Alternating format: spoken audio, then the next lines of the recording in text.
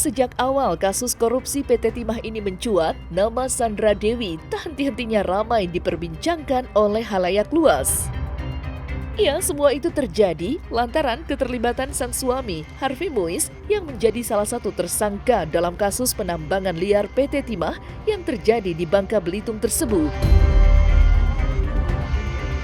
Oleh karenanya, kini sekumpulan masyarakat beratasnamakan Relawan Indonesia Bersatu pun berkumpul menggelar aksi di depan Kejaksaan Agung dan meminta agar Kejagung segera menetapkan Sandra Dewi sebagai tersangka. Sebagaimana hal itu diutarakan oleh para pendemo, lantaran mereka yakin jika Sandra Dewi juga menikmati uang panas yang didapat oleh sang suami. Lantas seperti apa ketegangan yang terjadi ketika masa Relawan Indonesia Bersatu mengadakan aksi di depan kantor Kejagung kemarin?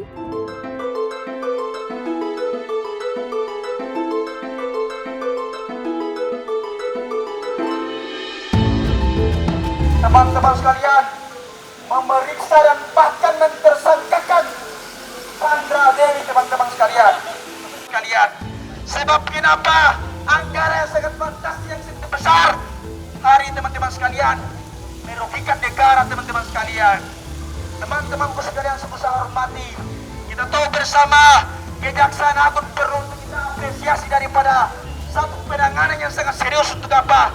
Menangkap daripada satu teman-teman sekalian, koruptor teman-teman sekalian, yakni suaminya Sandra Dewi, teman-teman sekalian, dan bahkan penegasan yang kami berikan hari teman-teman sekalian. Saya minta kepada teman-temanku sebangsa dan setanah air, anggaran 300 triliun teman-teman sekalian dihabiskan oleh oknum-oknum maupun suaminya, bahkan daripada jenderal, sebut saja adalah Jenderal B, teman-teman sekalian. Kami dari Relawan Indonesia Bersatu datang ke Kejaksaan Agung, tentunya mendukung Kejaksaan Agung Republik Indonesia untuk menuntaskan kasus korupsi dugaan di pertambangan itu PT Timah, di mana kita sudah ketahui tersangkanya Herve sudah ditangkap dan bahkan sudah dipenjara, dan kasus ini naiknya ke TPPU.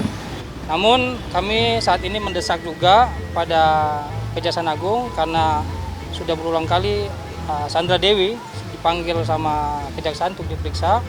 Namun kami melihat bahwa karena sedikit besarnya pasti Sandra Dewi tahu terkait dengan masalah kasus dugaan korupsi PT Timah.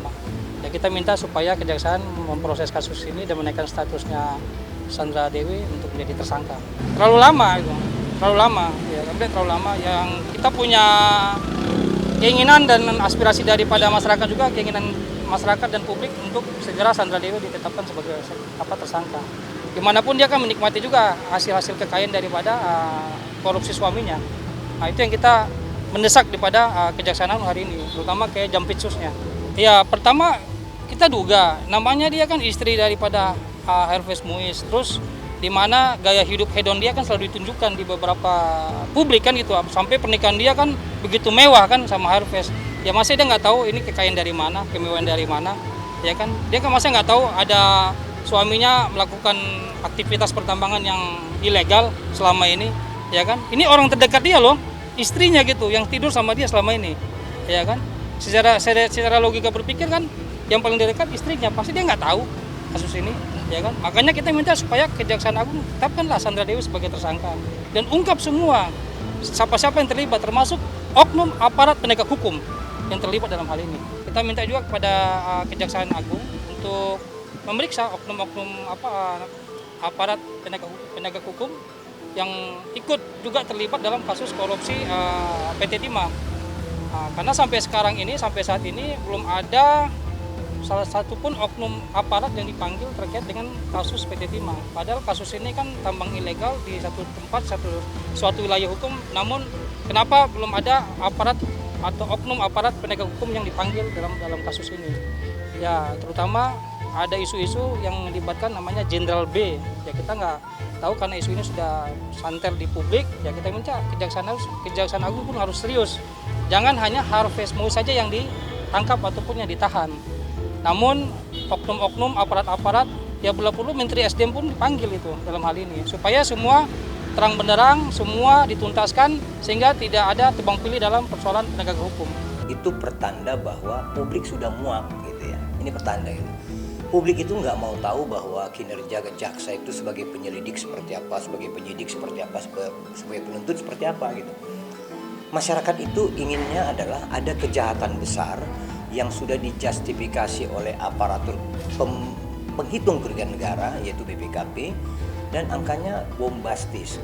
Maka ketika datang tadi gerakan moral untuk meminta mendesak Kejaksaan Agung mentersangkakan Sandra Dewi dan meminta agar Kejaksaan Agung memeriksa Jenderal B, menurut hemat kami itu tepat. Terlebih kami juga mendengar bahwa diduga dalam satu kasus yang baru dilimpahkan minggu depan itu di sidang, kemungkinan di dalam kasus Aon yang orang Bangka Belitung itu terdengar atau tersebut nama Jenderal B itu.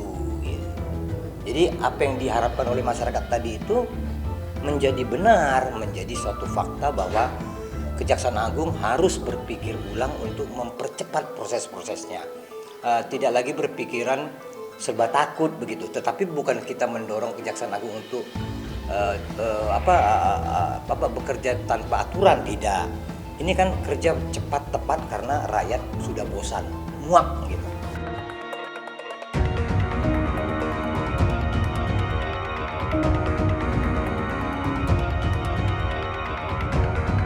Tidak hanya Sandra Dewi, kasus korupsi PT Timah yang merugikan negara hampir 271 triliun ini juga memunculkan beberapa nama yang hingga saat ini belum juga diungkap oleh Kejaksaan Agung.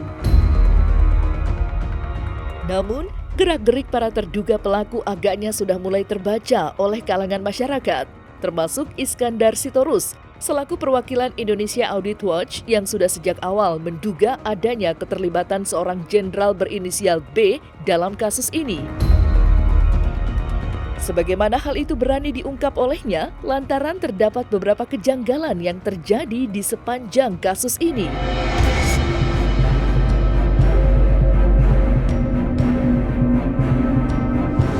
Kalau dilihat konstruksi, nggak mungkin nggak tahu pihak kepolisian di daerah itu atas kejadian tambang liar. Lawang kejadian perampokan satu rumah kecil aja di desa tertentu, itu polisi pasti tahu. Apalagi ini cakupan luasan wilayah pertamanya hampir 800.000 hektar. Kan itu yang sudah dikaji oleh BPKP. Jadi unik kalau ada 800.000 hektar areanya dirusak. Tapi polisi dari mulai Polsek sampai Polda nggak ada yang dipanggil.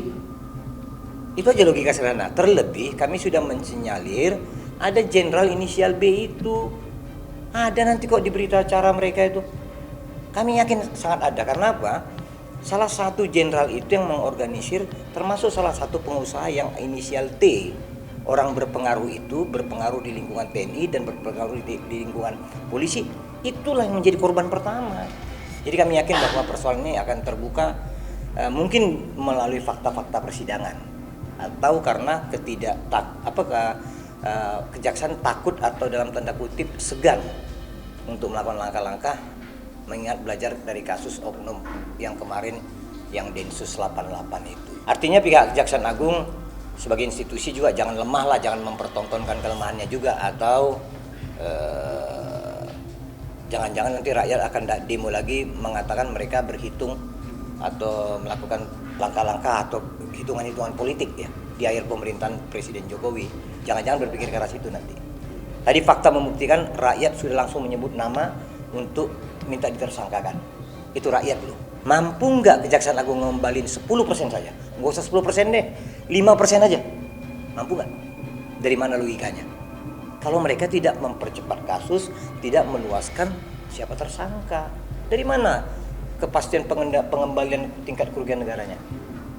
Nah, maka Kejaksaan Agung jangan sempat terjebak pada euforia angka kerugian negara yang besar, sementara tingkat pengembaliannya nanti nggak sampai 5%. Tidak menutup kemungkinan fakta-fakta persidangan yang disebut-sebut publik selama ini dari mulai RBS sampai ke atas-atasnya akan disebut. Nah, kalau udah disebut pengadilan bagaimana sikap Kejaksaan Agung? Kan gitu.